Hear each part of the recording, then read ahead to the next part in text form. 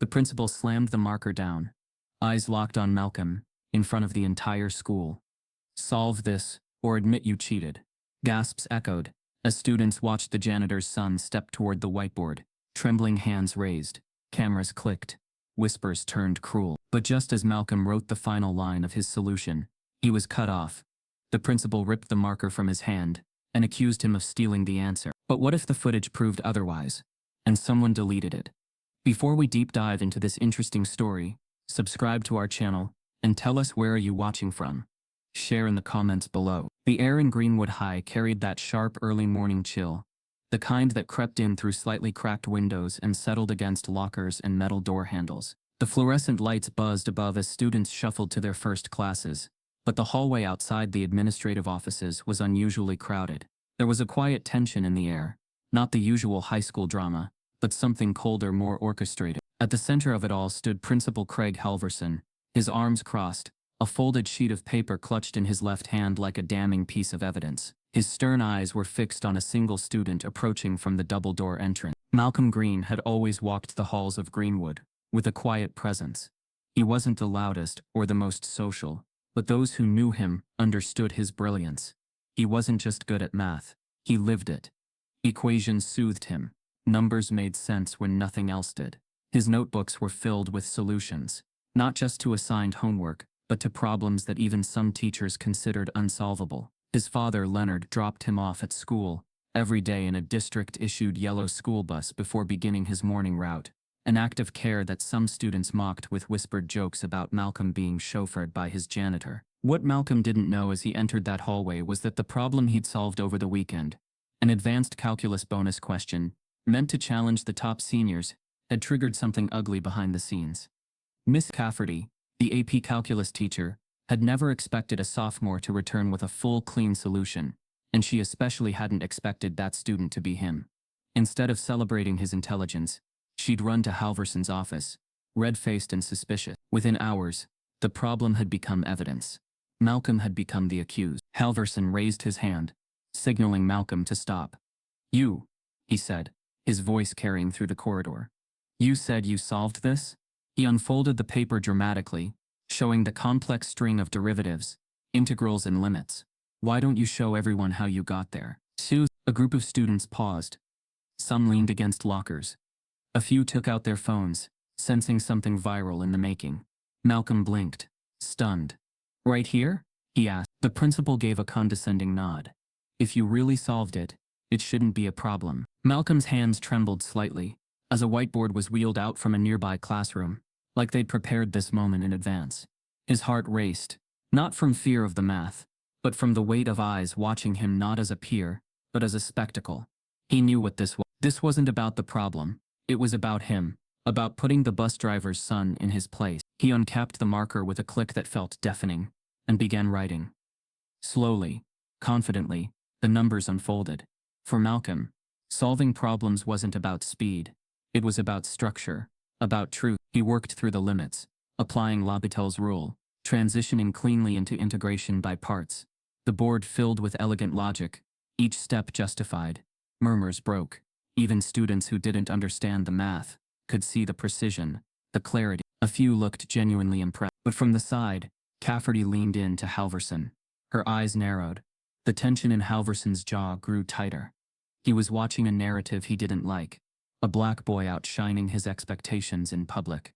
Malcolm neared the last steps, his writing confident, his shoulders straight. A moment of pride flickered behind his eyes. He was showing them, all of them. Then Halverson stepped forward. "That's enough." Malcolm turned confused. "But I'm almost done." The principal stepped between him and the board. "You're done because I say you are." His voice turned sharper. "And frankly, this only proves what we suspected." The hallway grew still. A silence thick with confusion and disbelief wrapped around the crowd. "You copied this," Halverson said.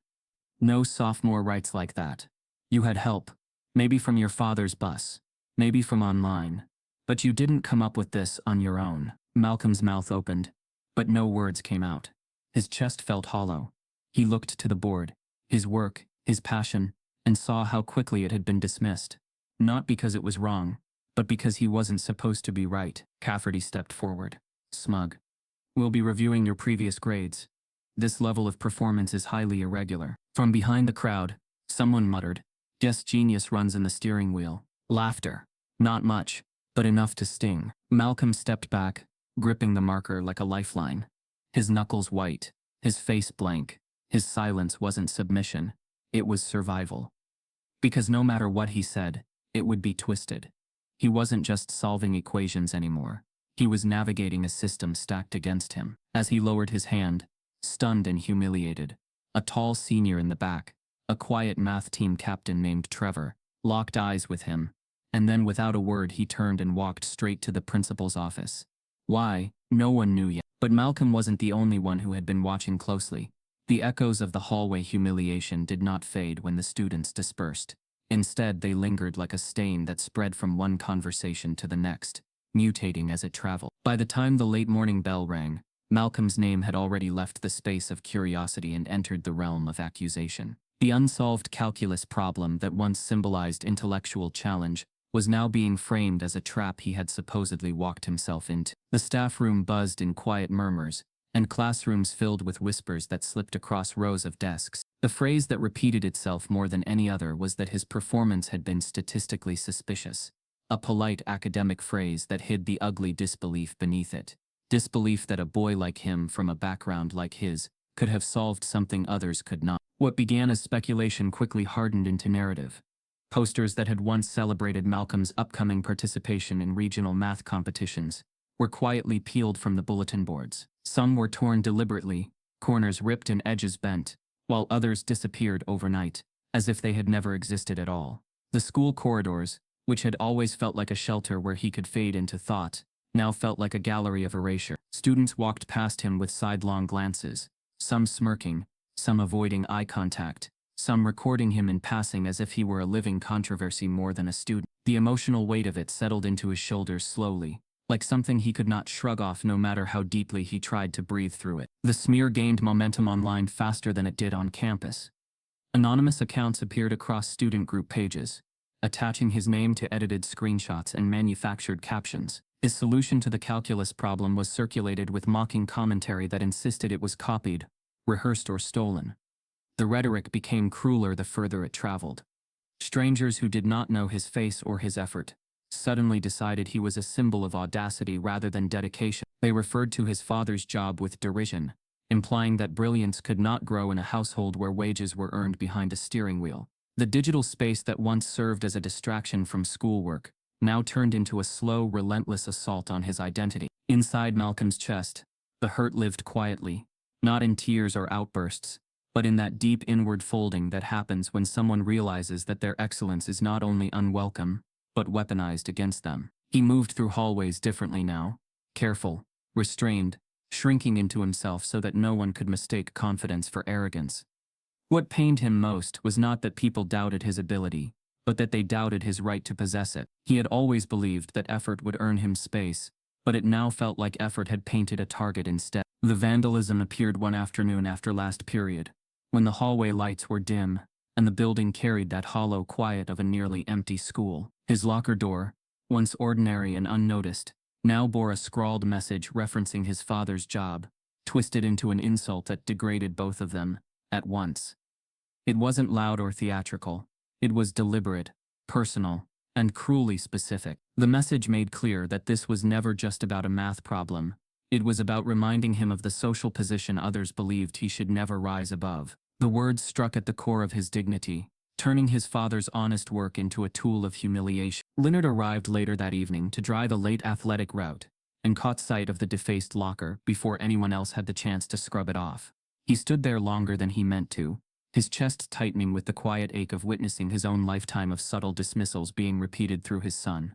There was no confrontation, no raised voices, only the silent understanding that the same system that tolerated casual prejudice was now teaching the next generation how to reenact it. Leonard cleaned the surface with slow, steady movements, not because the damage was gone, but because his son deserved not to see it in that raw state. Meanwhile, behind office doors and closed curtains, Principal Halverson and Mrs. Cafferty framed the growing hostility as validation of their suspicions. In private discussions and administrative notes, they described Malcolm's achievement as an anomaly that required investigation rather than recognition. Their language sounded procedural, professional, even measured, the vocabulary of policy masking an undercurrent of bias. They insisted that fairness demanded scrutiny, but the scrutiny was directed only upward, toward the few students who exceeded expectation, never toward those who weaponized doubt to keep them contained. The emotional shift in Malcolm deepened over those days. He began avoiding the spaces where he once felt most comfortable, like the quiet corners of the library, where he used to sketch solutions on scratch paper for the sheer joy of thinking. Now, every notebook page felt fragile, as if any moment of brilliance might be turned into evidence against him. He carried his thoughts inward instead, replaying every step of the calculus solution in his mind, not to prove anything mathematically. He already knew the math was sound, but to remind himself he had earned every line of it. His silence was not emptiness, it was a form of resilience, a refusal to let others define what lived inside him. The unexpected twist came when a small number of students, not loud, not organized, but quietly attentive, began to see through the narrative. A few who had watched him work in class recalled how naturally he moved through complex concepts long before the controversy. One of them, who had once competed against him in a math challenge and lost, found himself unsettled by the unfolding hostility. Instead of feeling vindicated by Malcolm's humiliation, he felt uneasy, as if the school's reaction said more about them than about Malcolm. That quiet fraction didn't know how to speak up yet, but doubt in the official version of events began to settle like hairline cracks across a surface that pretended to be solid. Still, the campaign against him didn't slow. It formalized. The school administration announced an academic misconduct review framed as a neutral process, but its tone carried an unspoken verdict already leaning into place. Notices circulated stating that a formal hearing would be scheduled to determine whether Malcolm had violated academic integrity standards. The language was phrased carefully, stripped of emotion, yet its impact was sharp. It converted rumor into institutional action, turning suspicion into something that resembled legitimacy. As Malcolm read the notice, he felt the hallway from earlier replay itself in memory. The whiteboard, the marker, the smirks, the halted solution. All of it converging into this single moment, where his future was no longer about equations and competitions, but about defense and survival. The tension in the air shifted again, not explosive, but heavy, concentrated and impossible to escape. He understood that the next step would not merely test his knowledge, it would test his identity in a space that had already decided which identities were allowed to belong. And as the announcement spread across campus, one chilling line echoed through the notice. The hearing had been scheduled with urgency, even though there was still no concrete evidence against him, signaling that the administration was prepared to move forward regardless of truth. The announcement of the misconduct hearing didn't arrive like a sudden shock. It unfolded slowly, the way tension settles into a room before anyone speaks. Malcolm walked into the school library on the designated morning, with the quiet awareness that this space, once a refuge filled with the soft hum of computers and the faint smell of old paper, had been transformed into something colder, almost ceremonial. Tables had been rearranged into a rigid panel formation, chairs aligned with clinical precision, and a narrow aisle cut through the center as if he were expected to step forward and stand under judgment rather than be heard. The same hallway whispers that had followed him earlier now lingered outside the glass doors, blurred voices pressing against the silence inside. He took his seat beside his father, Leonard, who rested one hand on the table, as if grounding himself against the emotions he refused to let spill. Across from them sat Principal Halverson, composed with calculated restraint, and Miss Tafferty, her expression fixed somewhere between skepticism and disappointment. Not disappointment in the school, but in Malcolm himself, as though his intelligence had crossed a boundary he wasn't meant to approach. A few other board representatives sat along the panel, their folders already open, their pens poised as if the decision had been sketched long before the hearing began. The proceedings opened with a sterile recitation of policy language. Lines about integrity, procedure, academic consistency, every sentence sounding detached from the boy seated in front of them. Malcolm listened, not because he expected fairness but because each word served as another layer in the architecture built around him. A structure designed to confine rather than examine. His breathing steadied, and he focused on the quiet internal clarity he often felt when solving a complex equation. Except this time, the variables were not mathematical. They were human, unpredictable, and deeply biased. Halverson leaned forward, fingers interlocked, his voice measured. "We are here to determine whether your recent performance reflects legitimate academic growth or external assistance." The phrasing sounded neutral, almost gentle, yet the implication clung to every syllable. When they displayed copies of his recent assessments and practice papers, the tone shifted from inquiry to doubt. His strong results were not treated as evidence of ability, they were treated as anomaly. "There is a sharp increase in sophistication here," one board member remarked, skimming through his work with detached curiosity, as if each correct solution was another reason to question him. Malcolm was asked to explain his study habits, his preparation, even his weekends, as though brilliance required an alibi. When he mentioned independent research and online math forums, Cafferty's voice tightened subtly. "Those spaces often contain solved material," she said, letting the implication hover. They dismissed the notebooks he brought, the ones filled with months of scribbled calculations and exploratory work, labeling them non-verified personal material, as if the physical record of his effort carried less legitimacy than their assumption. Even his previous teacher's praise was reframed as inconsistency rather than growth. The subtle cruelty lay not in overt insults, but in the kind of questioning that transformed curiosity into accusation. One panel member, attempting to sound analytical, remarked that his sudden advancements seemed uncommon given his background. The room went still. Leonard shifted slightly, his jaw tightening, and Malcolm felt the words land not as observation, but as judgment, a quiet declaration that certain levels of intelligence belonged only to those who came from the right neighborhoods, the right households, the right lineage. Leonard finally spoke, his voice steady but layered with years of swallowed frustration.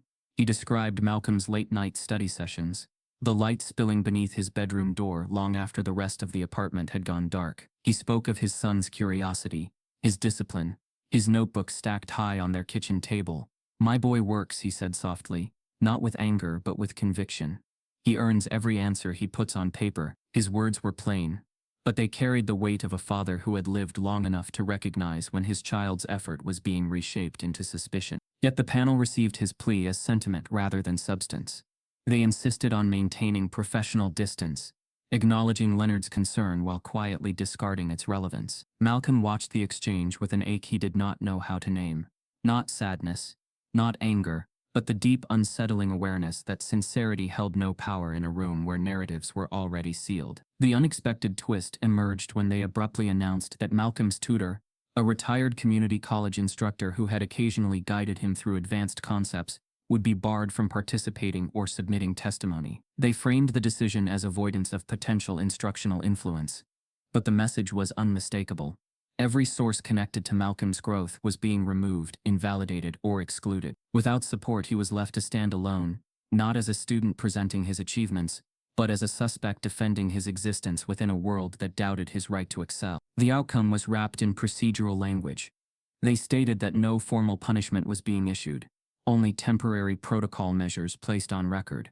Malcolm was suspended from the math team pending further review, stripped of opportunities he had worked toward for years. The phrasing softened the action, but the impact was sharp and immediate, cutting him away from the very environment where he found meaning. He listened to the decision in silence, his mind not fracturing into anger, but folding into a steady internal stillness, the kind that forms when a person understands that the injustice is real and carefully constructed. As they left the library, the afternoon light filtering through the windows felt thinner, as if even the space around them had become more fragile.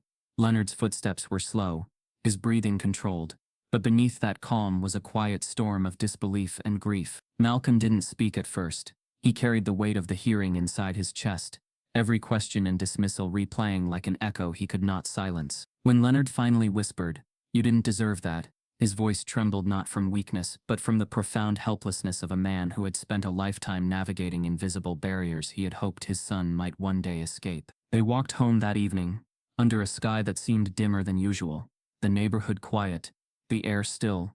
The apartment felt smaller when they stepped inside, as though the world had closed in a little more. Malcolm set his bag down but didn't unpack it, staring instead at the notebooks that once symbolized possibility and now felt like evidence no one wanted to see. Silence filled the room, not empty but heavy, layered with unspoken thoughts about fairness, belonging, and the cost of daring to be exceptional in a place that refused to accept it. As the night deepened and the city settled into darkness, there was a soft rustle outside their door, a faint sliding sound against the floor, so subtle it might have gone unnoticed if Leonard hadn't been awake. He opened the door to find an envelope resting against the threshold, unmarked, the paper thick and deliberate. He brought it inside with careful hands, his breath pausing as he unfolded the letter to reveal a single line in clean, decisive print. A civil rights attorney offering to take Malcolm's case, stating that what happened inside that library was not just unfair, it might be unlawful. Leonard lifted his eyes from the letter with a quiet shock, realizing someone else had been watching this story unfold, and their involvement could change everything that came next. The envelope rested on the table for nearly an hour before Leonard found the courage to open it again. He had reread it 3 times already, eyes tracing the bold header. Vanessa Clay, civil rights attorney. The letter wasn't flashy, no dramatic language, no empty promises, just a precise summary of Malcolm's ordeal, a brief note of concern and an invitation to speak further. It was the tone that struck him, not pity, not outrage, but resolve. Whoever this woman was, she had already begun gathering facts. She wasn't waiting to be convinced. She was moving as if the battle had already started. Vanessa arrived the next afternoon, not in a suit, not with a briefcase, but in dark jeans and a leather jacket, her confidence carried in her gait, rather than in her wardrobe. She moved like someone used to walking into rooms where she wasn't wanted, and leaving them changed. When she stepped into the Greens' small apartment, her presence filled the space without needing to speak first. She greeted Malcolm as if she already knew him, not the headlines or rumors, but the boy beneath all of it. Then she sat across from him at the kitchen table, and said softly, "You don't have to prove anything to me, I believe you. But they've made it clear they don't. So let's make sure they answer for it." Her words struck something that had been buried beneath Malcolm's silence. For the first time in weeks, he looked up with something other than shame in his eyes. Leonard, who had spent his life watching people dismiss his dignity without flinching, studied Vanessa with quiet skepticism. Not because he doubted her intent, but because he knew the cost of false hope. But Vanessa didn't deal in promises. She laid out facts. This wasn't an isolated incident. She had seen patterns like this before. Sudden scrutiny placed on black students who broke academic ceilings. Questions about their authenticity. Whispers about help or luck. Always the same language. Always the same underlying message. You don't belong here. She explained how the Department of Education's Civil Rights Division handled discrimination cases. She walked them through formal complaint procedures, then pulled out her tablet and showed examples of cases she had won. Students like Malcolm who had faced silent sabotage, then fought back and changed policy. Her calm, deliberate tone made it clear. This wasn't just about a math problem. It was about every barrier built into the system to catch students like him the moment they dared to rise too high. By the following week, Vanessa filed a formal complaint with the state's Education Oversight Board. The language was airtight: racial targeting, discriminatory academic review, emotional trauma, and a pattern of suppression against high-performing black students. The filing included dates, testimony from Leonard and Malcolm, and a damning timeline that painted the hearing not as due process, but as performance, one designed to humiliate, not investigate. She didn't stop there. Vanessa knew that institutions moved slowly, unless you gave them a reason to hurry. So she reached out to a small but credible education blog known for covering equity cases. The editor, a sharp former teacher turned journalist, reviewed the complaint and published a feature article titled, "Brilliance on Trial: When Schools Punish Black Excellence." Within 48 hours, the post began circulating beyond niche platforms. Comments flooded in: support, disbelief, anger, and predictably backlash. On social media, the story split the audience. Some people expressed outrage. Why is a student being punished for being smart? Others turned it into mockery, repeating racist tropes in meme form, calling Malcolm a fraud prodigy, and even blaming his father's job as a reason for low expectations being raised too high. But every hateful comment only fueled Vanessa's fire. She understood the duality of exposure. It brought resistance, but it also brought accountability. Then came the twist. As Vanessa dug deeper, she began receiving anonymous messages. Former students, a retired teacher, even a custodian who had worked at Greenwood for over a decade. They all echoed the same pattern. How Halverson had quietly manipulated school pathways, funneled minority students out of AP classes through subtle tracking decisions, labeled them as behavioral risks after one tardy, or held them to harsher disciplinary standards than white peers. One former teacher sent her screenshots of emails she had flagged years ago, dismissed at the time, but still saved. But the breakthrough came on a late Wednesday evening. Vanessa sat alone in her office, piecing through testimonials when her inbox pinged. No sender, no subject, just one attachment. She hesitated, scanned it for threats, then opened. The document contained a string of internal emails, not from students or staff, but directly between Principal Halverson and Mrs. Cafferty. The tone was informal, even smug. One line read, "He thinks he's some kind of genius. Let's see how he handles some real pressure." Another mocked Leonard. "His dad drives a bus, not a pedigree. They're not built for this level." Vanessa leaned back, her breath catching.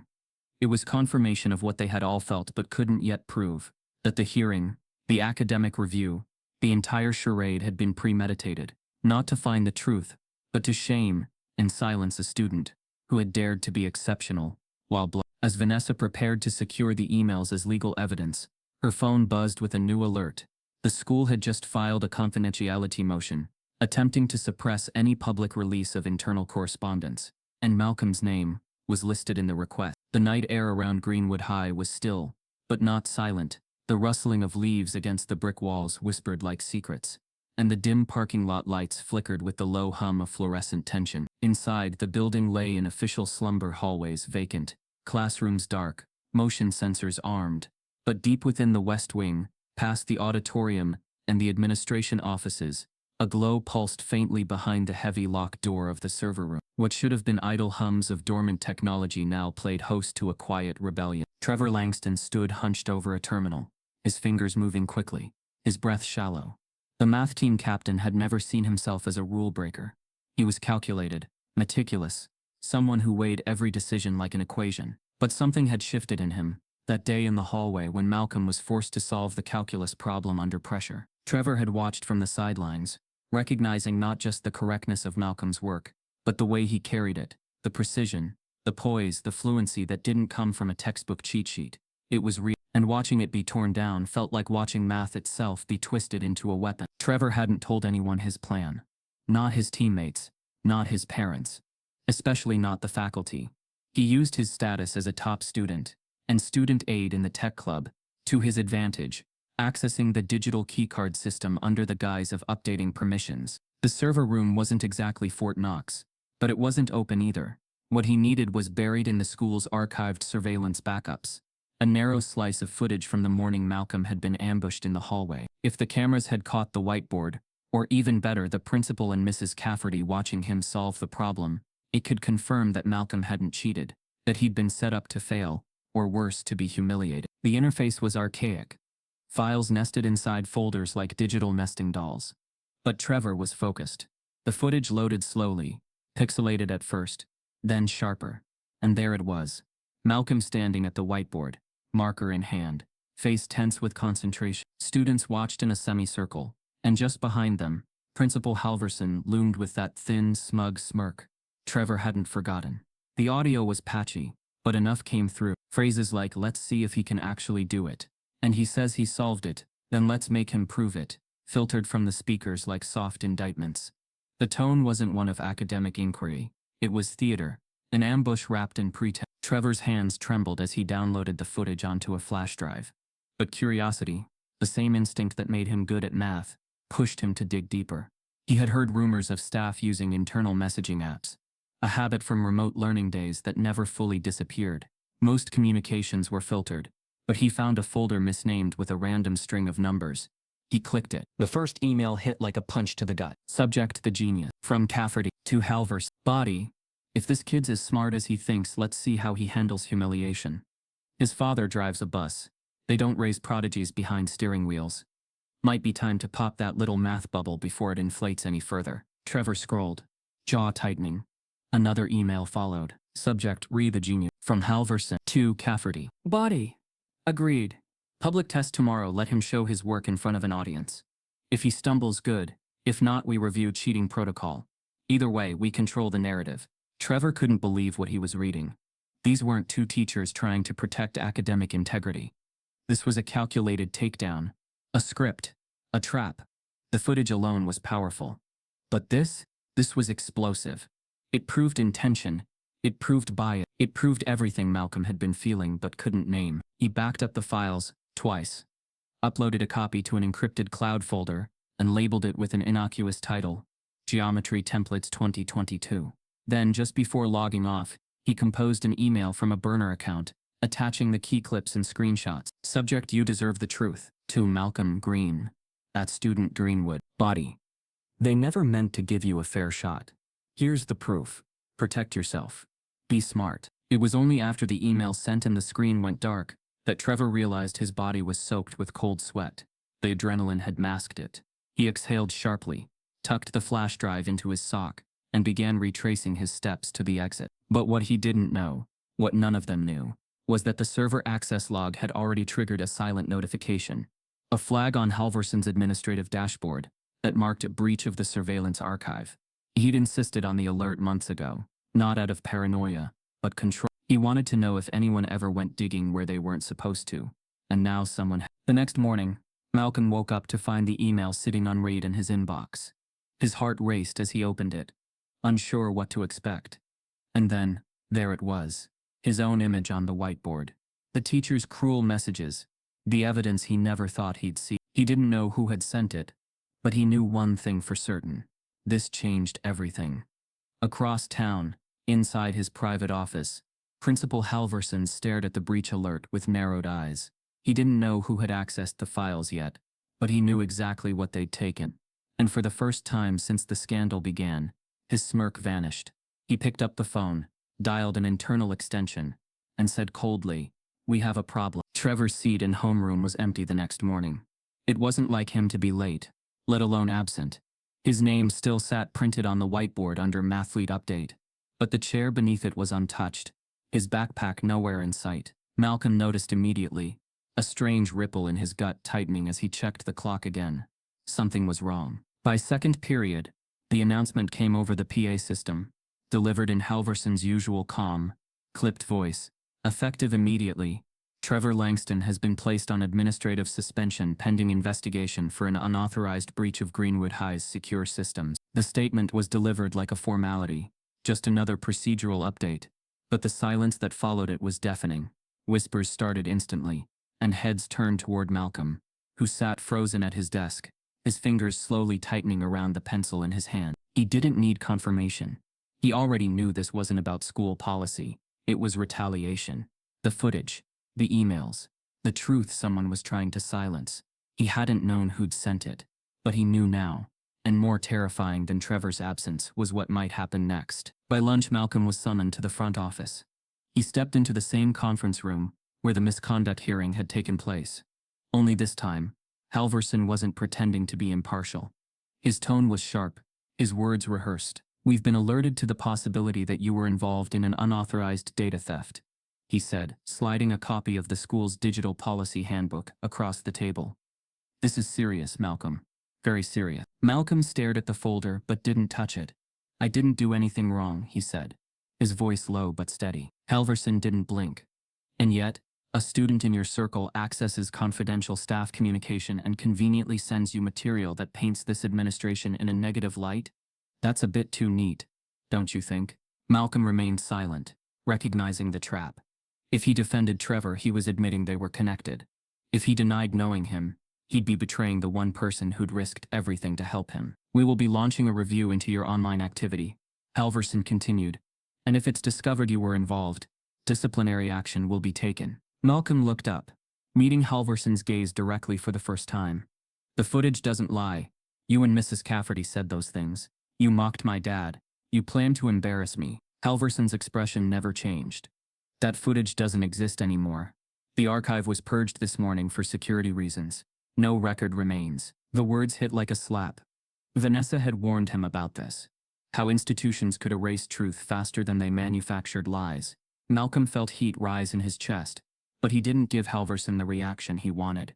Instead, he stood calmly and walked out without another word. By the time he reached home that evening, Vanessa was already waiting at the kitchen table, laptop open, legal pads stacked, her brow furrowed in thought. "They moved fast," she said, without needing to ask what happened. "Too fast. That means they're panicking." "They suspended him," Malcolm said quietly. "Trevor," Vanessa nodded. "They want to isolate you. Remove anyone who disrupts their narrative. But the fact that they're scrubbing footage and suspending students, that works in our favor. It proves cover-up." Malcolm slumped into the chair opposite her. "It doesn't feel like we're winning." Vanessa didn't sugarcoat it. "That's because we're not. Not yet. But that's about to change. She pulled up a new email on her screen. The subject line read, "Urgent story request. Greenwood High discrimination." Attached was a message from local journalist Zoe McMillan, a rising investigative reporter known for exposing school board scandals and racial inequities in public education. Her message was direct, professional, but burning with curiosity. "I've reviewed the footage and email leaks. This is a story, but I can't publish it unless I have a name and a voice, someone willing to speak on camera, preferably Malcolm himself. I need the human truth behind the digital evidence." Malcolm's heart sank. He had hoped the evidence would speak for itself, that the emails and footage would be enough. But Vanessa leaned in, her voice gentler than usual. "They've controlled the story this long because they've made you a villain, without a voice. Now we give you a platform. You tell the story, your story, and we take back the narrative." He hesitated, unsure. "If I go public, they'll come after me harder." Vanessa nodded. "They might. But the more visible you are, the harder it becomes for them to attack in silence. That's the paradox of truth. When it stays private, they erase it. When it's public, they fear it." Leonard, standing quietly in the kitchen doorway, finally spoke. "You don't have to do it for them, or for me.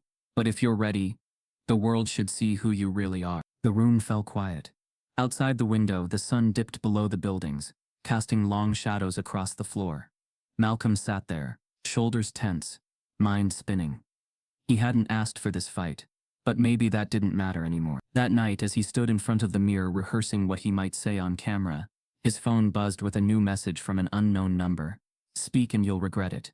We know where you live." Malcolm had never imagined that a single moment could split his life into two clear halves, before the interview and after. That morning, when he woke to the message threatening him with regret, if he spoke out, he stared at the screen longer than he should have. The words were short, brutal, and designed to provoke fear. But instead of pulling back, they steadied something inside him, because it was no longer just about him. Staying silent would only protect the lies others built to suffocate students like him, and someone had to be first to tear that wall down. Zoe McMillan arrived at the apartment later that day. She was younger than he expected, in her early 30s, with sharp eyes that missed nothing. Her camera operator stayed outside to keep things informal. Just Malcolm, Zoe, and Vanessa in the room. She asked if he wanted to rehearse, to break down questions in advance. But Malcolm shook his head. "If I'm going to tell it, I have to say it straight. No edits." Zoe nodded, her tone professional but warm. "Then I'll hit record. And you speak when you're ready." The red light on the camera blinked, and the silence wrapped around him like a storm waiting to break. Malcolm inhaled, slow and full, like before answering a math question he knew was going to challenge him. Except this one wasn't on paper. It was everything he hadn't been allowed to say in classrooms, in hallways during hearings, or in the eyes of people who refused to believe his mind could belong in a gifted space. He looked straight into the lens. "My name is Malcolm Green. I'm a sophomore at Greenwood High. I didn't cheat. I solved the problem. There was no script. Just truth, released in waves." He spoke about the day in the hallway, how Principal Halverson and Mrs. Cafferty had turned his success into suspicion, and how the problem he solved, the one his peers had struggled with, had been used not as a sign of promise, but a trigger for punishment. He described the humiliation, the hearing, the way they discredited his notebooks, his tutor, even his upbringing. "I've worked harder than people know," he said quietly, "because I believed effort would be enough. But at Greenwood, they looked at me and didn't see a student. They saw a bus driver's son. They saw someone they didn't expect to win. And when I did, they called it impossible." He paused then, looking off camera for a second. His voice didn't shake, but his throat tightened. He kept going. "They didn't just come after me. They suspended the only student who believed in me. They erased evidence. They tried to erase me." Vanessa stayed silent, watching him closely. Zoe's eyes remained locked behind the camera, knowing not to interrupt. "But I'm not disappearing," Malcolm said finally. "They wanted me quiet. This is me saying I'm still here, and I won't be silent anymore." The red light blinked off. The room felt heavier than before, not from weight, but release. Zoe packed her gear in silence. "You were brave," she said softly, "and clear. This is going to be big." She wasn't wrong. By the next morning, the video had amassed over 600,000 views. Local stations picked it up first, then national outlets. The comments flooded in. Stories from other black students who had faced similar erasure. Professionals who had once been like Malcolm. Parents who recognized the fear of watching their children be doubted for their brilliance. Hashtags trended. Let Malcolm solve. Brilliance not bias. Greenwood exposed. Dozens of equity advocates reposted the video. Civil rights groups called for Halverson's resignation. Even a few celebrities chimed in. But inside the Greenwood administration, the reaction was silence. Calculated, hollow silence. The school board issued no statement. Halverson canceled a staff meeting and refused interview requests. Their strategy was clear: ride out the storm, hope the noise faded, and maintain control through omission. Yet something had shifted. Students began showing up to school with printed copies of Malcolm's face. Beneath the headline, they tried to silence him. Others staged a silent protest by filling the math hallway during lunch. Backs turned to the classrooms, arms crossed, refusing to speak until the school did. Cafferty tried to continue her lessons, like nothing had changed, but the classroom air was thick with resistance. Her words felt distant. The students didn't engage. Her authority began to slip, and when she walked past a poster taped to her classroom door, a printout of Malcolm's interview transcript, she ripped it down with shaking hands. Then the twist. 3 days after the video dropped, Vanessa's office phone rang just past midnight. She never answered unknown numbers that late. But something about the persistence made her pick up. The voice on the other end was hoarse, tense, and trembling. "I'm sorry for calling like this. I didn't know who else. Who is this?" Vanessa asked, already alert. "I was one of her students. Cafferty's. 5 years ago." The silence stretched. "She did it to me too. Not the same way. But she shut me down. Accused me of stealing an answer I'd worked on for months. I dropped out of AP Calc because of her. I've got the records, emails. My parents complained. Nothing happened." Vanessa sat up straighter. "Can you send it to me?" "I already did. Check your inbox. It's all there." Vanessa opened her laptop, and the files loaded. Old disciplinary forms, emails from Cafferty warning other teachers about the student's questionable performance, and a handwritten letter from a former counselor saying, "This is not the first time Miss Cafferty has misjudged minority students' abilities." The files from the former student didn't land like isolated proof. They landed like a doorway being forced open. Vanessa read through every page beneath the dim lamplight of her office, the quiet clicking of her keyboard echoing the slow, steady rhythm of something far larger beginning to take shape. The letter from the counselor wasn't the kind of dramatic evidence people expected in scandal. It was subtle, handwritten, weary. It described patterns rather than incidents. The slow erosion of confidence in students who had been nudged away from opportunity under the pretense of academic concern. It was the kind of paper trail institutions never intended to become visible, because it was made of comments, whispers, and professional language that hid prejudice beneath polished phrasing. The next morning, Vanessa scheduled interviews. Carefully, quietly, former students began showing up one by one. Carrying their pasts like unopened boxes they were finally ready to pry apart. Some spoke with restraint.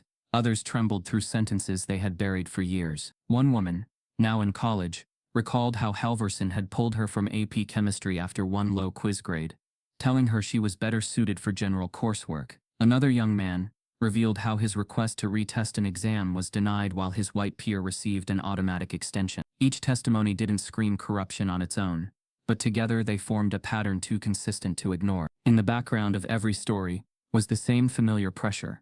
Recommendations withheld, course placements altered, small cuts disguised as help. Vanessa documented everything, categorizing cases, identifying trends, cross-matching names and years. It became increasingly clear that Halverson's leadership wasn't merely flawed. It was shaped by the quiet architecture of exclusion. The unexpected twist emerged when a former staff member, a soft-spoken social studies teacher named Erin Wallace, agreed to meet off campus. She arrived to the cafe with eyes that seemed older than her age, carrying an envelope pressed flat beneath her coat. She spoke in a low tone, glancing toward the door more than once. "I stayed silent because I needed my job," she admitted, "but I can't keep pretending I didn't see it." She slid the envelope forward. Inside were internal memos and meeting summaries. Nothing sensational at first glance, until Vanessa noticed recurring annotations beside certain students' names. Codes like APR, flag, monitor performance closely. When Vanessa asked what those marks meant, Erin answered without hesitation. "They were students we were encouraged to track. The vast majority were Black or Latino. We were told not to say that, of course. Instead, we were told to watch for academic stability issues before recommending them upward." Vanessa exhaled slowly. So students weren't removed for failing. They were pre-filtered. Aaron nodded.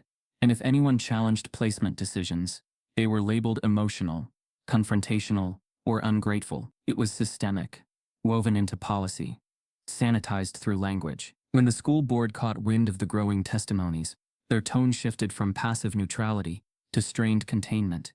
Emails grew shorter, scheduling calls became delayed due to board review. They announced a closed-door meeting, addressing concerns regarding administrative procedures, yet offered no timeline, no acknowledgement, no accountability.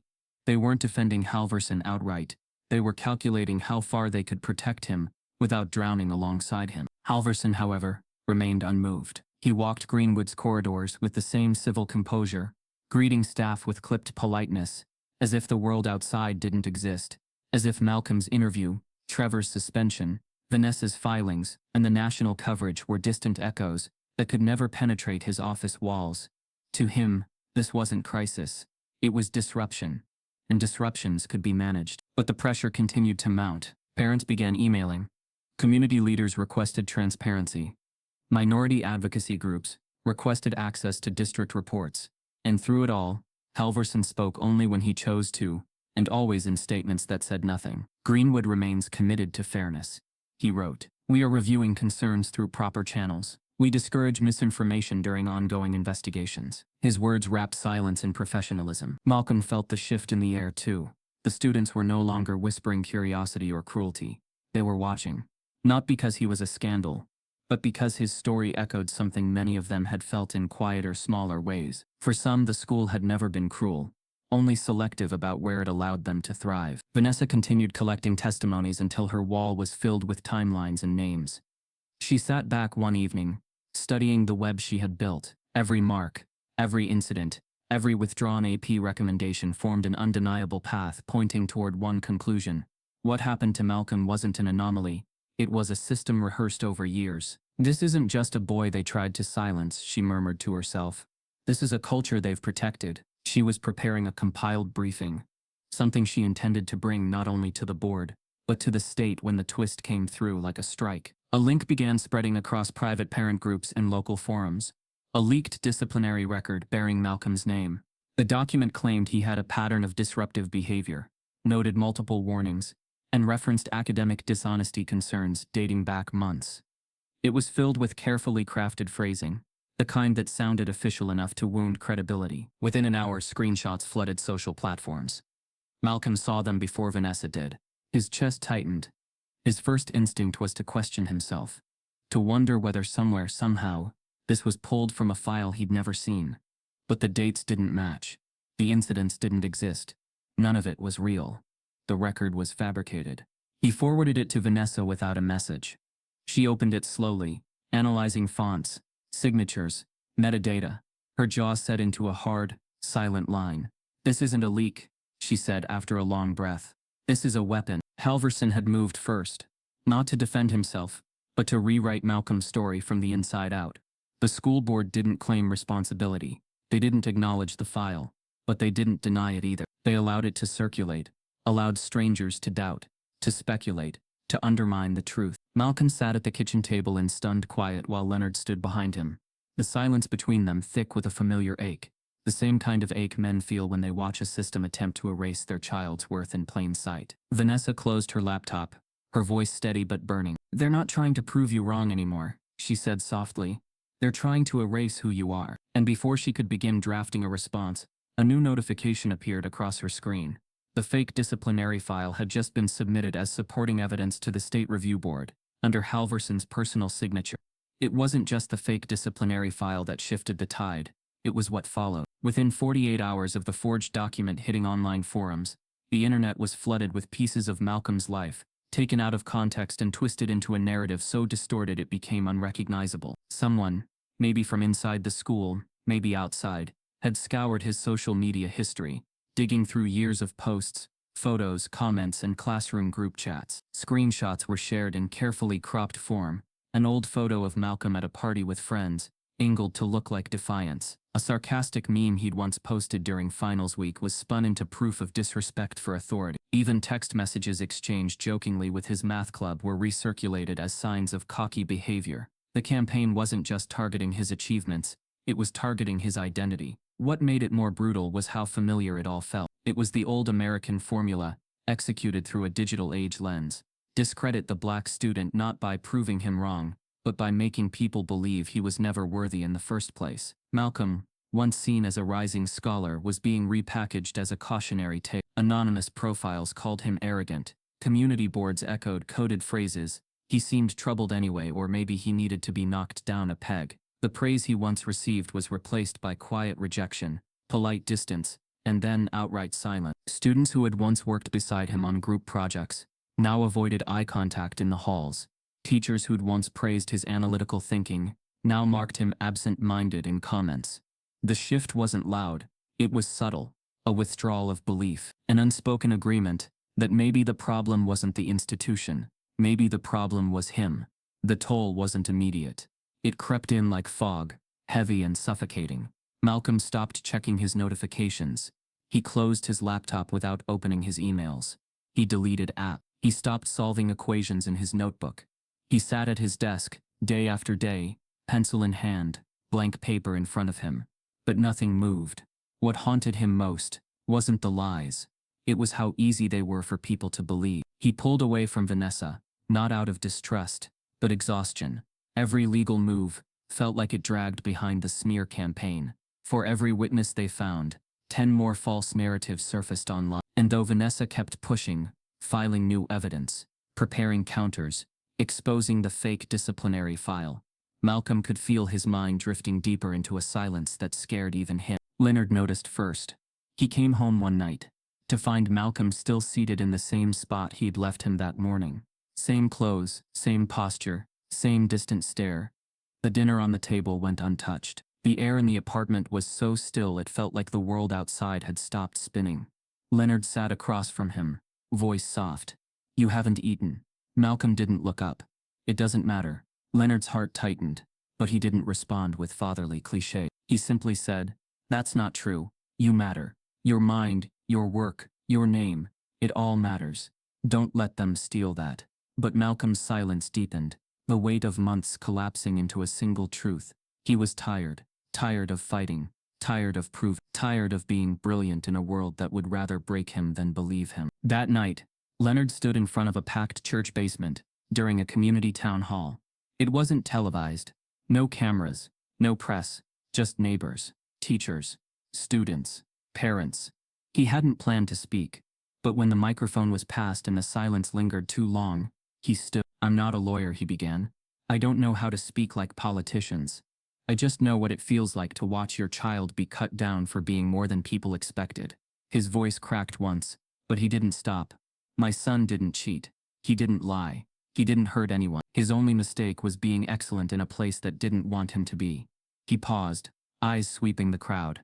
"And they're trying to erase him, not by proving he's wrong, but by making you forget who he is. Don't let them." The applause didn't roar. It didn't need to. It rumbled, low, steady, honest. The kind that comes not from performance but shared recognition. Malcolm watched the recording from the kitchen later that night. He didn't say anything. But for the first time in days, he reached for his notebook and started sketching a graph, not for school, not for anyone else, just for himself. A single curved line, imperfect, but moving forward. But healing is never linear. At 2:17 a.m., Leonard awoke to the sound of a can clattering against the pavement outside. A faint hiss, then silence. He stepped outside, barefoot into the cool night. The street lamp flickered. Their apartment complex was quiet. Then he saw it. Across the front door, sprayed in thick, dripping red, "Cheater." The letters weren't just words.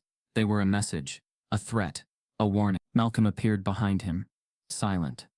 Leonard's fists clenched, not from rage, but from pain, the kind that leaves no bruise but burns longer than any wound. Vanessa arrived before sunrise, still in sweatpants, fury flashing behind her tired eyes. "This isn't just defamation anymore," she said. "This is harassment. This is hate." She filed the police report, took photographs, called the Department of Education again. this time not with a complaint but a demand. Malcolm sat back down at the kitchen table. He didn't cry, he didn't flinch. He just stared at the word etched into his home, and whispered, "They won't stop, will they?" Leonard placed a hand on his shoulder. "Then we don't stop either." The next morning, as Vanessa reviewed security footage from the nearby gas station, she paused the screen, and there, clearly captured, was the license plate of the car that had parked outside the Greens' home, and it was registered to a staff member at Greenwood High. The spray-painted word had barely faded from the Greens' front door before the story exploded again. Vanessa's team, working alongside a civil rights journalist, leaked the security footage from the gas station, showing the license plate clearly tied to a Greenwood High staff member. Within hours, local outlets had picked it up, and a quiet fury stirred in the city. The image of the word cheater in red across the doorway, juxtaposed with Malcolm's interview and his father's town hall speech, ignited something no school board directive could suppress. The moment had changed. Malcolm was no longer just a student under review. He had become a symbol of what so many were tired of swallowing in silence. The next morning, Greenwood High's main hallway didn't feel like a school. It felt like a movement. Handmade posters covered the lockers and walls. Some read, "Let him solve." Others, "Black brilliance matters." And many simply carried Malcolm's name, drawn in thick, bold letters with a halo of equations around it. Students had skipped first period and instead lined the corridors, standing shoulder to shoulder, eyes forward. There was no chanting, no shouting, just silence, weaponized, deliberate and powerful. The kind of silence that demanded to be heard. Malcolm arrived late. Hood pulled up, expecting isolation. Instead, he walked into something he couldn't name. The students parted like a wave, not because they feared him, but because they respected him. Some nodded. Some smiled. One freshman girl, with thick glasses, whispered, "You made me stay in calculus." He didn't respond. He couldn't. The moment choked him. After everything, he hadn't expected Endinger to stand for him. But they were here, and it wasn't just students. Mrs. Delaney from English stood near the art wing with a sign that read, "Truth, Politics." Mr. Alvarez from Science quietly handed out academic integrity, meow academic gatekeeping pins he'd printed himself. Even the janitor, Mr. Riley, wore a shirt that read, "Support Malcolm." It was quiet resistance, but resistance nonetheless. The board didn't like it. That afternoon, an email was issued to all staff and students. Unauthorized protests disrupt academic flow and may result in disciplinary action. The threat was empty, and everyone knew it. Vanessa, upon reading the notice, called a press conference from the steps outside the district office. "This isn't disruption," she said firmly. "This is accountability. The students are not threatening the integrity of the school. The administration is." She brought printed documentation, a binder full of staff emails, timelines, fake files, and the security footage showing the hate crime at Malcolm's home. Cameras clicked, reporters circled, and by nightfall 2 major regional news stations were running the headline, "District in Crisis, Did Greenwood Try to Silence a Star Student?" Inside the boardroom, things were crumbling. Internal debates leaked. One board member privately admitted that Halverson had become a liability. Still, no one moved to suspend him.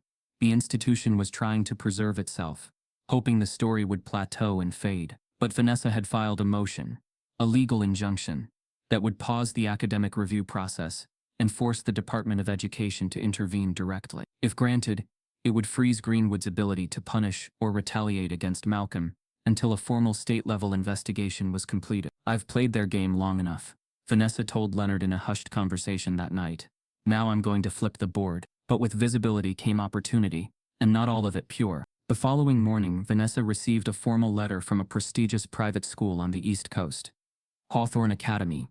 They'd seen Malcolm's story. They'd reviewed his work.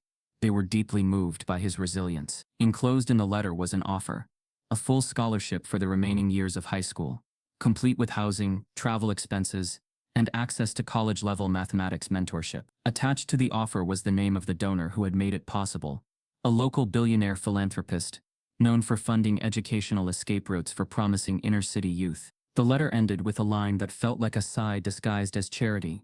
"Let him grow where he won't have to fight to be seen." Leonard read it twice before sliding it across the table. Malcolm stared at it in silence. It was everything he should have wanted. Escape, peace, a clean slate. But it felt like retreat, like leaving the wound unstitched. "It's not just an offer," Vanessa said slowly. "It's a message. They're giving you a way out. but they're also offering the board a way to clean their hands. She hesitated, then added, and I did some digging. The donor? He's one of Greenwood's biggest financial backers. If you accept this, the board gets to say they resolved the issue. No investigation, no reform, just removal. Leonard leaned back in his chair. It's their softest exit strategy yet. Malcolm didn't respond at first. He picked up the letter again, reading the words that felt like gold-plated over abandonment. I don't want to be saved, he said finally, voice calm but full. I want them to admit what they did. The room went quiet. Vanessa's eyes softened. Then we keep pushing. Malcolm nodded, folding the letter once, then again, and setting it aside. But just as Vanessa began drafting a formal rejection to the offer, her phone buzzed with a restricted call, and when she answered, a low voice whispered, "You're making powerful people uncomfortable. If your boy doesn't take the scholarship, he won't just lose school. He'll lose everything." Vanessa didn't recognize the number, but the tone of the call told her everything. The voice was low, male, unhurried, the kind of voice that didn't threaten with volume, but with control. If your boy doesn't take the scholarship, he said, he won't just lose school, he'll lose everything. Then the line went dead. She stared at her phone, then back at Malcolm, who had just finished folding the Hawthorne Academy letter into thirds, resting it on the edge of the table like a decision waiting to be made. She didn't tell him about the call, not yet. He had enough on his back. Malcolm hadn't slept since the offer arrived. Hawthorne wasn't just any school. It was elite, a place where his brilliance would be nurtured, not interrogated.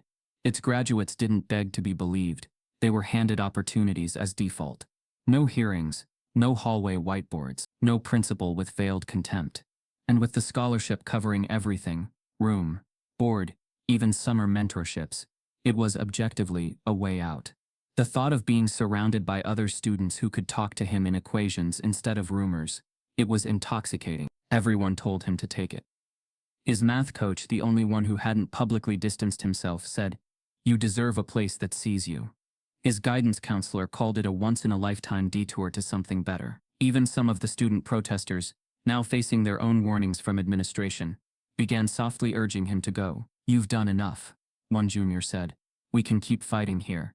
You should get free." But not Leonard. Leonard stood quietly in the doorway, as Malcolm packed a small overnight bag just to see how it felt. He watched his son fold clothes without rhythm, without expression, the letter from Hawthorne still untouched on the dresser. "I know why you were thinking about it," Leonard said softly. "I really do, and I'd never stop you from going." Malcolm paused, hand resting on a hoodie. "But," he asked. Leonard stepped in slowly. "But if they get to push you out for being right, they'll do it to the next kid. And the one after that, you walking away, even for something better, won't feel like peace to them.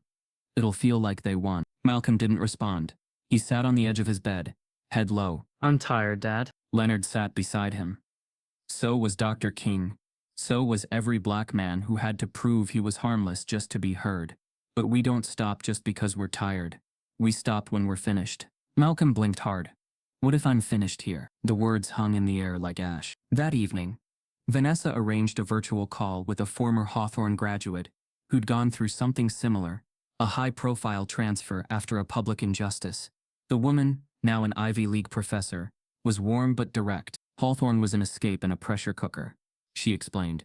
"You'll be safe academically, but socially, you'll always feel like the one who got in through trauma. They'll smile at your brilliance, but they'll never forget your name came with headlines. You ready for that?" Malcolm didn't answer. Later that night, as he sat in the living room flipping through old test papers, the ones he'd stopped looking at since the hearings, Leonard quietly placed a new envelope in front of him. Inside was a letter from Malcolm's late grandfather, written decades ago, addressed to the next in line. In the letter, Malcolm's grandfather described being the first black mechanic hired at the city's transit authority. He talked about the white coworkers who called him boy, even when he was fixing engines. They couldn't understand. About the supervisor who never promoted him because he might get too confident. And about the one day he almost quit, until he remembered his son might one day walk the same hallway. "You never know," the letter read, "when staying becomes more powerful than leaving." Malcolm closed the letter slowly. His chest felt heavy, not with pressure but with history. The next morning, Malcolm sat across from Vanessa in her office, the prep school offer still neatly tucked in his bag. "I'm not going," he said. "Not yet. Not like this." Vanessa's expression didn't flicker. She only nodded. But as she reached for her phone to alert the legal team that Malcolm would stay and continue pressing the board for justice, her phone buzzed again, another unknown number. She nearly ignored it, but something told her to pick up. "Vanessa Clay," she said. The voice on the other end was familiar this time. It was Zoe McMillan, the reporter who had first broken Malcolm's story to the press. Her tone was urgent. "You need to hear this," Zoe said. "I just got a tip."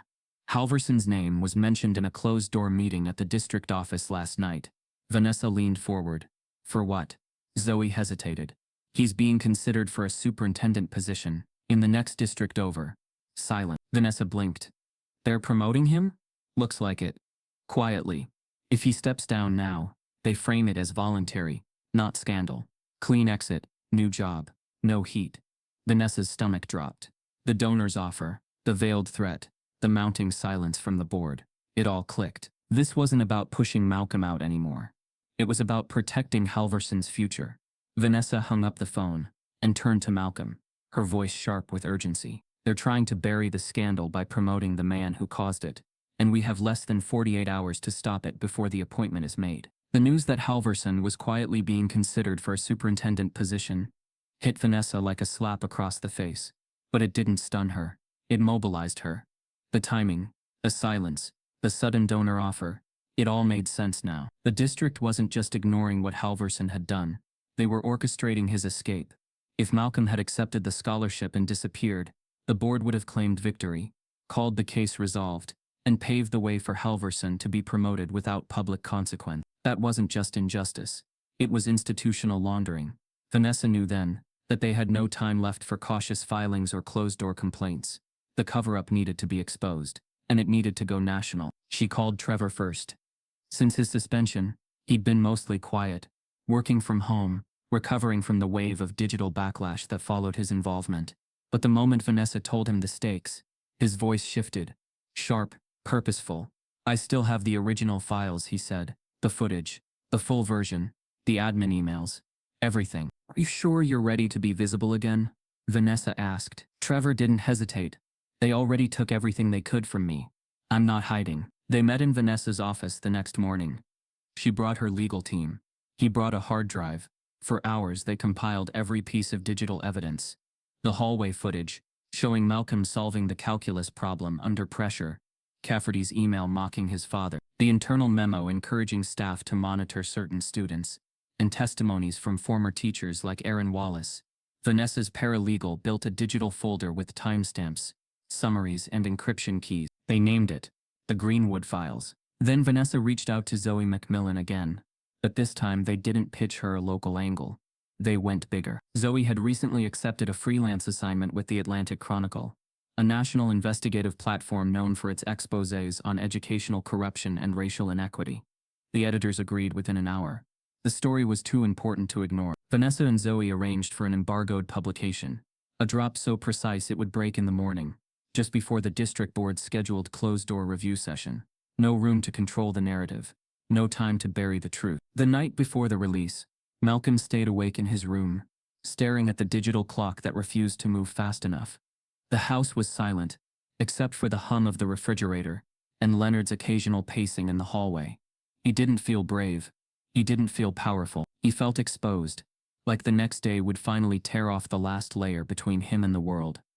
Vanessa texted him at 2:14 a.m. with a single message. "You're not alone in this. Sleep if you can. Tomorrow we go wild." By 8:03 a.m., the Greenwood Files were live. The headline screamed across digital platforms, "Exclusive inside Greenwood, the public school that punished black excellence." The article didn't just tell Malcolm's story. It told Trevor's. It told Aaron Wallace's. It told the story of every student whose name had been flagged in staff emails, every disciplinary referral written in biased shorthand. Screenshots were published, video clips embedded, even audio from a former teacher's voicemail to a colleague. "He's smart, but he's not the right kind of smart for our board." Social media detonated. Twitter threads broke down the documents line by line. TikTok users made side-by-side explainers. Instagram accounts created highlight reels of Malcolm's hallway solution. And the hate sprayed across his door. The Greenwood Files trended nationally by noon. But the real shockwave hit the parents. Emails and calls flooded the district office. PTA groups formed emergency meetings. Parents demanded transparency, demanded board resignations, demanded an explanation for how a principal under investigation could be quietly elevated to higher leadership. News vans lined up outside the school. Cameras rolled all afternoon. Local reporters chased board members into their cars. The silence the district had relied on was shattered. Vanessa stood at the center of it, not gloating, not smiling, but ready. Every time a mic was placed in front of her, she returned to the same message. This is not just about one student. This is about a system that protects itself at the expense of the students it's meant to serve. We don't need apologies. We need accountability. Halverson didn't show up to work that day. Neither did Cafferty. Trevor, still technically suspended, arrived outside the school gates just before lunch. Students broke into spontaneous applause when they saw him. He didn't speak. He just stood beside Malcolm, no longer a rumor, no longer a ghost. Inside, the school board scrambled. An emergency statement was issued, citing ongoing internal review and serious concern over potential data breaches. But it only made things worse. The press interpreted it as evasion.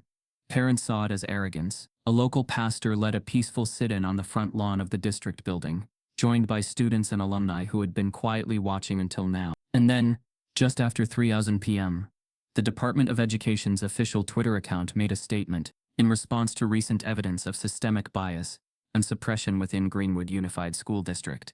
A formal investigative team will be conducting an unannounced site inspection at Greenwood High. Effective immediately, the news swept through the school like a current. Students screamed. Teachers froze. One administrator fainted. Halverson's office door remained closed, his nameplate stripped by someone before noon. Malcolm sat in the back of the library, his safe spot, his original retreat. He watched the news update stream across his phone screen.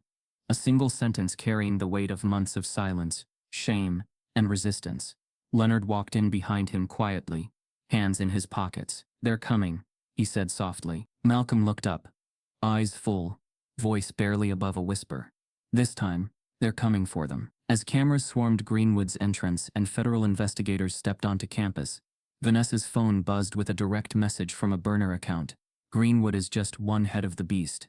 You're not ready for the others." The line to enter the town hall wrapped around 2 city blocks, the kind of crowd that usually gathered for sports parades or political rallies, not school board meetings. Parents clutched printed copies of the Greenwood files. Students wore shirts with Malcolm's face outlined in math formulas. News vans formed a perimeter around the building, their long antennas spiking toward the gray sky. Inside, the atmosphere throbbed with tension. The fluorescent lights above flickered faintly as though even the building itself couldn't bear the weight of what was about to unfold. Vanessa stood near the front, flanked by Malcolm, Leonard, and Trevor. She watched the board members shuffle nervously behind the elevated dais, flipping through binders they should have read weeks ago. Their faces wore polite panic, not because they still believed Halverson was innocent, but because their silence had become part of the scandal. The walls were closing in, and this wasn't the kind of crowd you could manage with a statement or two. Principal Halverson stood at the far end of the table, arms folded, mouth tight. He wore the same gray suit from every previous public meeting, but this time it hung off him differently. He looked smaller, not because of guilt, but because power, when exposed, always seems to shrink in the light. The moderator called the room to order, her voice barely cutting through the low rumble.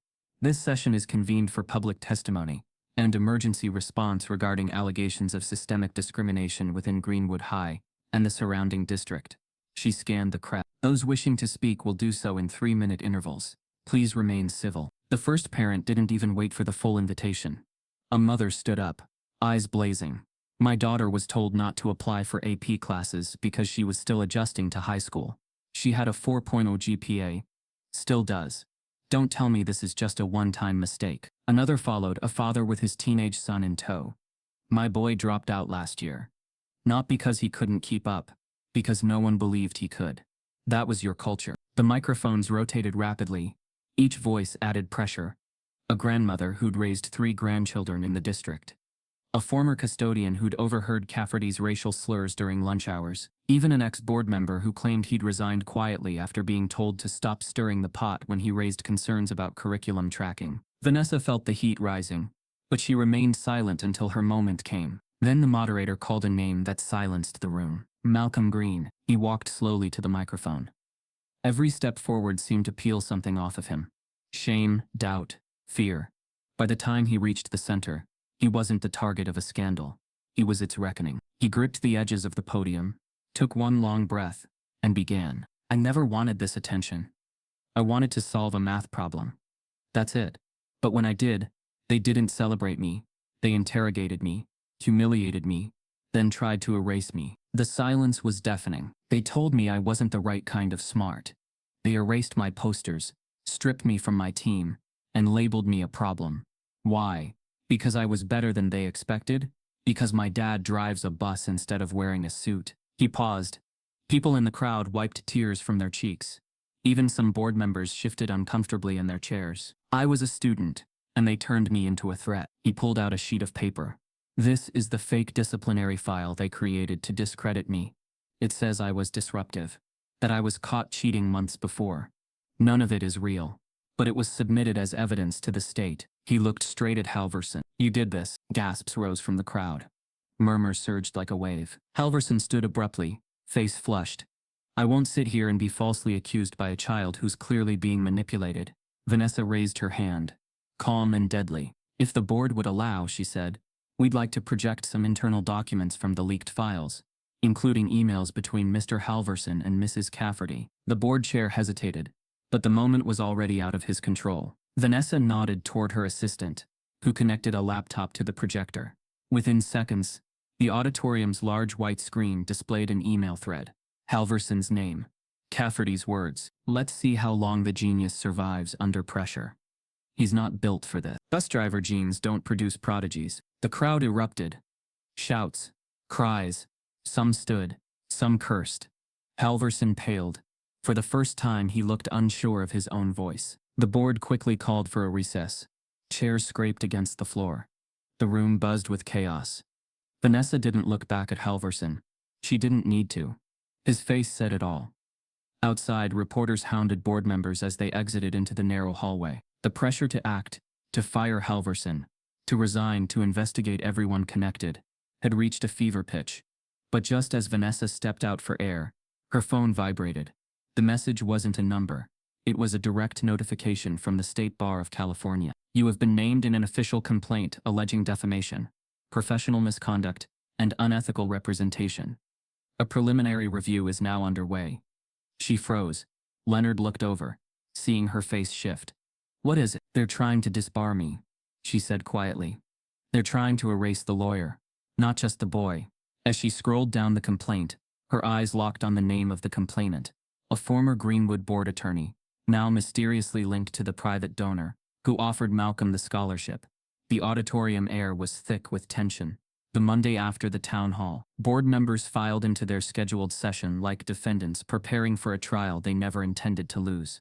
National media crews crowded outside the double doors, cameras trained on every entrance, every stepped-in footfall. Inside, the atmosphere was staged for resolution, or at least the appearance of it. Behind the dais, the portraits of past superintendents stared down over the proceedings, silent witnesses to what was supposed to be a place of learning and fairness. Now they hung over a political spectacle. The first order of business was the announcement everyone had been waiting for. Principal Craig Halverson's resignation. The statement was brief, drenched in boardroom language designed to reassure instead of confront. The chair of the board, her voice calm as though reciting an annual budget report, thanked Halverson for his years of dedicated service. There was no apology for the damage done, no acknowledgement of the toxic emails, no recognition of Malcolm's ordeal. Just gratitude for service rendered. It was the kind of thinly veiled attempt institutions use when they want to remove a problem without facing the truth. Vanessa watched from the gallery with Leonard and Malcolm beside her. Malcolm's face was unreadable, not anger, but something more internal, like a clock rewinding and winding at the same time. The audience erupted into forced applause, polite and measured, the kind you give when you're told to respect decorum even in the face of injustice. But Vanessa didn't applaud. She didn't breathe until the board chair finished and stepped away from the microphone as though the matter had been settled. It hadn't. When she rose to speak, her voice was steady, refined, but laced with undeniable force. Resignation alone is not justice, she stated, eyes sweeping the board. It is distraction. A scapegoat does not reform a system. We are demanding district-wide transparency, formal policy revisions regarding academic review procedures, and a public apology to every student impacted by this administration's bias. A few parents in the front rows murmured approval. Others looked uncomfortable, not because they disagreed, but because Vanessa's words echoed truths they'd lived in silence for far too long. A reporter scribbled rapidly. Microphones leaned forward like fingers pointing toward accountability. The board members shifted in their seats. "We will review your demands," the chairwoman replied without emotion. "All are taken under advisement." Under advisement. That phrase settled over the room like dust. Easy to ignore. Easy to postpone. After the session, outside on the steps, Malcolm and Leonard walked together in relative quiet. Malcolm still held on to the letter from Hawthorne Academy, the packed offer to escape it all. He thought about what Vanessa had said, that the scholarship had been a distraction too, a way to remove him from the fight, and let the board wash its hands of the entire episode. In the sunlight spilling off the courthouse steps, he folded the letter neatly and slipped it into his jacket. "Dad," he said quietly, "I'm not leaving. Not like this." Leonard stopped walking, turned to him and nodded with pride. "We stay. We see this through." The weeks that followed became a blur of legal filings and media appearances. Vanessa worked around the clock, coordinating with advocacy groups and policy experts to draft district reform proposals. Trevor returned to school under a lifted suspension, welcomed with cheers by classmates who once gave him wary looks. Parents began quietly demanding equitable placement policies for every classroom, not just calculus. Community leaders organized panels. Local clergy spoke publicly about systemic bias. The momentum had shifted, not entirely, but enough that even the board couldn't pretend the matter was closed. But victories don't always come wrapped in neat bows. One afternoon, Malcolm received a letter from the Greenwood High Registrar's office. The paper was official and stamped, a schedule of honors and recognition announcements for graduation. He opened it, heart thudding in his chest, expecting his name under the highest honors section, as he had earned academically. Instead, he saw his name listed with no honors designation, placed somewhere beneath the general student list. It was a clerical note dressed in bureaucratic phrasing, honors distinctions updated per final academic review. Malcolm stared at the words. The realization, cold and sharp, sank in slowly. After everything, after the solution in the hallway, the smear campaign, the protest, the legal battle, Greenwood High had chosen that moment to strip him of academic honors under the guise of review procedures. It was the same pattern they had used since the beginning: undermine him publicly, then bury the reason in procedural language no one was supposed to question. Leonard saw his son's face as the latter read the letter, and said nothing at first. His silence wasn't disappointment, it was recognition of how deep the fight still ran. Vanessa, when she saw the letter, didn't even look surprised. She simply placed a hand on Malcolm's shoulder and spoke with quiet certainty. "They can strip the honors," she said, "but they can't erase your record. Not when the state review has already documented this abuse." Malcolm exhaled slowly. "It feels like moving backward," he admitted. "It feels like distraction," Vanessa corrected. "And we're not falling for it." Behind her, Trevor arrived with news, a new twist in the case that even he sounded unsure how to explain at first. "Malcolm," Trevor said, holding up his phone, "someone leaked another internal memo online. It's complicated." Malcolm leaned in to see what Trevor meant. An email dated months before the scandal broke, sent from a senior board member to Halverson, marked confidential. But this one wasn't just about Malcolm. It referenced multiple schools across the district, not just Greenwood. The memo used coded language to categorize students by expected performance versus actual outcomes, and laid out a system to maintain educational balance. Language sanitized, but undeniably a blueprint for prioritizing certain demographics over others. Malcolm looked up, his eyes narrowing not with defeat, but with clarity. "This isn't just Greenwood," he said. "This is bigger." Vanessa's phone buzzed at that moment. She read the alert, her face tightening like a knot being pulled. She turned to the group. "It's official," she said. "Graduation lists were posted online today. And your name," she trailed off as Malcolm's eyes scanned the screen, "is missing from the honors list." The gymnasium was packed so tightly it felt like the walls leaned in to listen. Families in folding chairs, caps and gowns swaying with every crest of applause, cameras raised in 100 directions. All eyes were on the stage where the ceremony had begun, an hour before. Streamers hung halfway down from the rafters, and a giant banner read "Class of 20. But beneath the celebration, a current of tension ran through the air, thicker than the summer humidity clinging to the windows.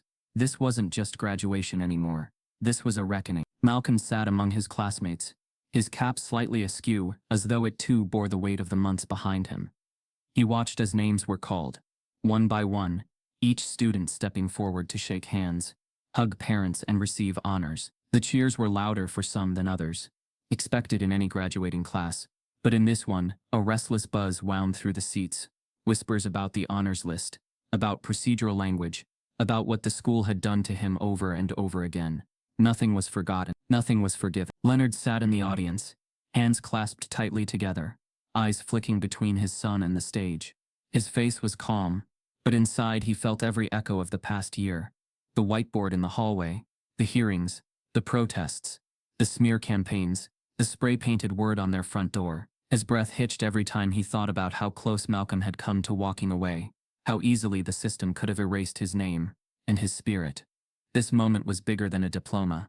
It was a conclusion to something that had never been allowed to be simple. When Malcolm's name was called, Malcolm Green, diploma conferred, the applause rippled out politely at first, just like all the others.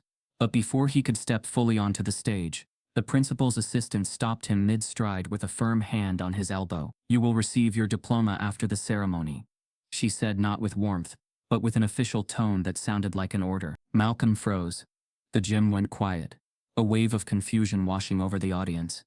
A few students murmured, a few parents frowned, and then, like a spark catching on dry grass, one voice rose. "Let him speak." It came from the back, faint at first, but then louder, stronger. Another student echoed it, and another. Within seconds, dozens of students stood, a chorus of protest swelling into a chant that filled the gym. "Let Malcolm speak. Let Malcolm speak." The principal, sitting to the side of the stage, with a face like stone, shifted uncomfortably. She shot a glance toward the superintendent, who was flanked by two board members, all wearing expressions of forced calm. The chant grew louder, unwavering, irresistible. It wasn't just noise. It was conviction. It was recognition. It was justice demanding a microphone. At last the principal stood, red-faced, and motioned for Malcolm to ascend the stairs. The crowd erupted into cheers. Parents turned to cameras, capturing every step. Students held up signs reading "Brilliance belongs to everyone," and "Truth wins." Malcolm walked toward the microphone with slow, measured steps, each one carrying the gravity of every obstacle he'd ever faced, not only here in Greenwood, but everywhere brilliance had been dismissed because of who carried it. At the mic he took a breath and looked out at all those faces, the proud, the curious, the hopeful, and even the skeptical. His voice began without hesitation. "I didn't come here today to talk about math," he said, eyes steady. "I came here to talk about what happens when brilliance is questioned, not for mistakes, but for who it belongs to." Gasps and nods rippled through the crowd. Cameras clicked, parents wiped tears. He continued, weaving words into something that felt like a lifeline out of the pain. "They tested me, questioned me, tried to erase me, not because I was wrong, but because I was unexpected. They tried to define me by who I was, not supposed to be, instead of who I am. But I stand here today not because they let me, but because you all insisted I be heard." His voice didn't waver. Strength poured from every syllable. He didn't shout. He simply spoke truth with precision and clarity. "I'll continue to solve equations. Yes, but I'll also continue to expose the equations of inequality, so that the next student, the next Malcolm, won't have to fight for what should have been given to them." The applause was immediate, swelling first from the students, then parents, then staff who couldn't help but recognize the power in his words. Leonard watched with pride. He hadn't allowed himself to imagine, the kind that almost brought tears to his eyes. But he held them back because this was Malcolm's moment, not his. After the ceremony, amidst hugs and congratulations, a woman in a tailored blazer approached Leonard with a quiet but firm step. Her presence carried a kind of purpose that wasn't casual. She was here for a reason. She extended her hand and placed a simple card in Leonard's palm. "I'm Investigator Renee Calloway," she said, her voice composed but edged with urgency. "Federal Education Oversight. I've been reviewing cases tied to the Greenwood files. And what your son exposed isn't isolated. We have reason to believe there's a district-wide pattern that extends beyond this one school." Leonard looked down at the card, then back at her face. Serious, resolved, unyielding. His jaw tightened, not with fear but with the recognition that Malcolm's fight was never meant to stop here. As Malcolm walked off the stage, diploma in hand, His phone buzzed with a message from an unknown number.